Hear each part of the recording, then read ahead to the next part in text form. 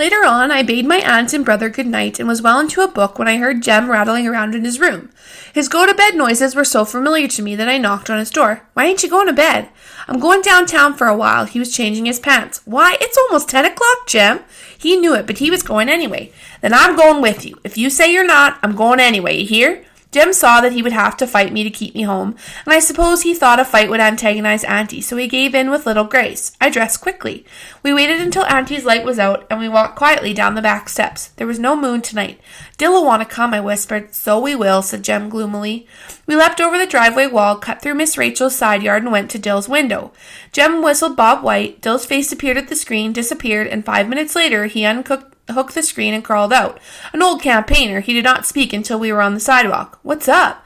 "Jem's got the look-arounds. An affliction Calpurnia said all boys caught at his age." "I've just got this feelin'," Jem said, "just this feelin'." We went by Mrs. DeBose's house, standing empty and shuttered. Her camellias grown up in weeds and Johnson grass. There were 8 more houses to the post office corner. The south side of the square was deserted. Giant monkey puzzle bushes bristled on each corner, and between them an iron hitching rail glistened under the streetlights. The light shone in the county toilet. Otherwise, that side of the courthouse was dark. A large square of stores surrounded the courthouse square. Dim lights burned from deep within them. Atticus's office was in the courthouse when he began his law practice, but after several years of it, he moved to quieter quarters in the Maycomb Bank building. When we rounded the corner of the square, we saw the car parked in front of the bank. "He's in there," said Jem. But he wasn't. His office was reached by a long hallway. Looking down the hall, we should have seen Atticus Finch, attorney at law, in small, sober letters against light from behind his door. It was dark. Jem peered at the bank door to make sure. He turned the knob. The door was locked. "Let's go up the street. Maybe he's visiting Mr. Underwood." Mr. Underwood not only ran the Maycomb Tribune office, but he lived in it, that is, above it. He covered the courthouse and jailhouse news simply by looking out of his upstairs window. The office building was on the northwest corner of the square, and to reach it we had to pass the jail. The Maycomb jail was the most venerable and the hideous of the county's buildings. Atticus said it was like something cousin Joshua St. Clair may have designed. It was certainly someone's dream, starkly out of place in a town of square-faced stores and steeped-roof houses. The Maycomb jail was a miniature Gothic joke, 1 cell wide and 2 cells high, complete with tiny battlements and flying buttresses. Its fantasy was heightened by its red brick facade and the thick steel bar at its ecclesiastical windows. It stood on no lonely hill, but was wedged between Tyndall's hardware store and the Maycomb Tribune office. The jail was Maycomb's only conversation piece. Its detractors said it looked like a Victorian privy. Its supporters said it gave the town a good, solid, respectable look, and no stranger would ever suspect that it was full of niggers. As we walked up the sidewalk, we saw a solitary light burning in the distance. "That's funny," said Jem. "Jail doesn't have an outside light." "Looks like it's over the door," said Dill. A long extension cord ran between the bars of the second-floor window and down the side of the building. In the light from its bare bulb, Atticus was sitting propped against the front door. He was sitting in one of his office chairs and was reading, oblivious of the night bugs dancing above his head. I made a run for him, but Jem caught me. "Don't go to him," he said. "He might not like it. He's all right. Let's go home. I just wanted to see where he was." We were taking a shortcut across the square when 4 dusty cars came in from the Meridian Highway, moving slowly in a line. They went around the square, past the bank building, and stopped in front of the jail. Nobody got out. We saw Atticus look up from his newspaper. He closed it, folded it deliberately, dropped it in his lap, and pushed the hat to the back of his head. He seemed to be expecting them. "Come on," whispered Jem. We streaked across the square, across the street, until we were in the shelter of the Jitney Jungle door. Jem peeked up the sidewalk. "We can get closer," he said. We ran to Tyndall's hardware door, near enough, at the same time discreet. In ones and twos, men got out of the cars. Shadows became substance as lights revealed solid shapes moving toward the jail door. Atticus remained where he was. The men hid from view. "He in there, Mr. Finch?" a man said. "He is," we heard Atticus answer, "and he's asleep. Don't wake him up." In obedience to my father, there followed what I later realized was a sickeningly comic aspect of an unfunny situation. The men talked in near whispers. "You know what we want," another man said. "Get aside from that door, Mr. Finch." "You can turn around and go home again, Walter," Atticus said pleasantly. "Hectate's around somewhere." "The hell he is," said another man. "Heck's bunch is so deep in the woods they won't get out till morning." "Indeed? Why so?" "Called them off on a snipe hunt," was the succinct answer. "Didn't you think of that, Mr. Finch?" "Thought about it, didn't believe it." "Well then," my father's voice was still the same. "That changes things, doesn't it?" "It do," another deep voice said. Its owner was a shadow. "Do you really think so?" This was the second time I heard Atticus ask that question in 2 days, and it meant somebody's man would get jumped. This was too good to miss.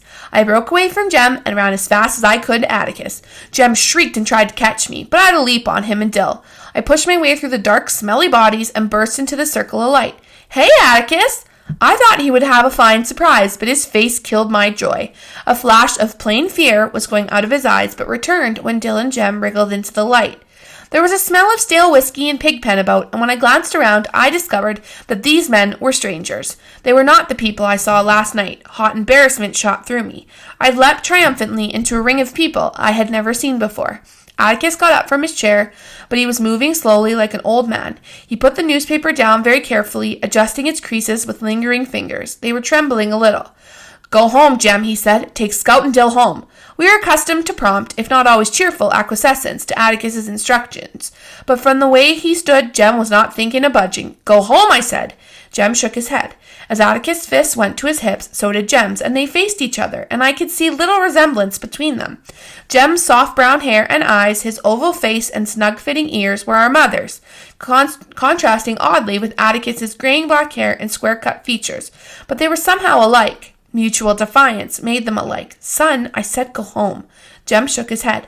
"I'll send him home," a burly man said, and grabbed Jem roughly by the collar. He yanked Jem nearly off his feet. "Don't you touch him!" I kicked the man swiftly. Barefooted, I was surprised to see him fall back in pain.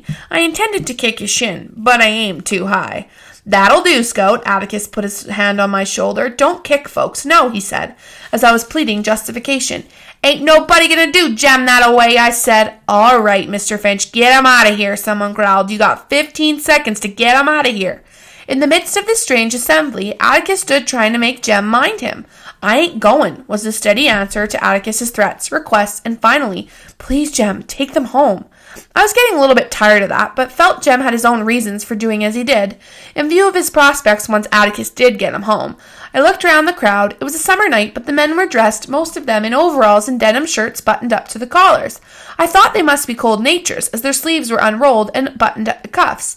Some wore hats pulled firmly down over their ears. They were sullen-looking, sleepy-eyed men who seemed unused to the late hours. I sought once more for a familiar face, and at the center of the semicircle I found one. "Hey, Mr. Cunningham!" The man did not hear me, it seemed. "Hey, Mr. Cunningham, how's your entailment getting along?" Mr. Walter Cunningham's legal affairs were well known to me. Atticus had once described them at length. The big man blinked and hooked his thumb in his overall straps. He seemed uncomfortable. He cleared his throat and looked away. My friendly overture had fallen flat. Mr. Cunningham wore no hat, and the top half of his forehead was white in contrast to his sun-scorched face, which led me to believe that he wore one most days. He shifted his feet, clad in heavy work shoes. "Don't you remember me, Mr. Cunningham? I'm Jean Louise Finch. You brought us some hickory nuts one time, remember?" I began to sense the futility one feels when unacknowledged by a chance acquaintance. "I go to school with Walter," I began again. "He's your boy, ain't he?" "Ain't he, sir?" Mr. Cunningham was moved to a faint nod. He did know me after all. "He's in my grade," I said, "and he does right well. He's a good boy," I added, "a real nice boy. We brought him home for dinner one time. Maybe he told you about me? I beat him up one time, but he was real nice about it. Tell him hey for me, won't you?" Atticus had said it was the polite thing to talk about people about what they were interested in, not about what you were interested in. Mr. Cunningham displayed no interest in his son, so I tackled his entailment once more in a last-ditch effort to make him feel at home. "Entailments are bad," I was advising him, when I slowly awoke to the fact that I was addressing the entire aggregation. The men were all looking at me. Some had their mouths half open. Atticus had stopped poking at Jem, but they were standing together beside Dill. Their attention amounted to fascination. Atticus's mouth even was half open, an attitude he had once described as uncouth. Our eyes met, and he shut it. "Well, Atticus, I was just saying to Mr. Cunningham that entailments are bad and all that, but you said not to worry. It takes a long time sometimes, that you'll ride it out together." I was slowly drying up, wondering what idiocy I had committed.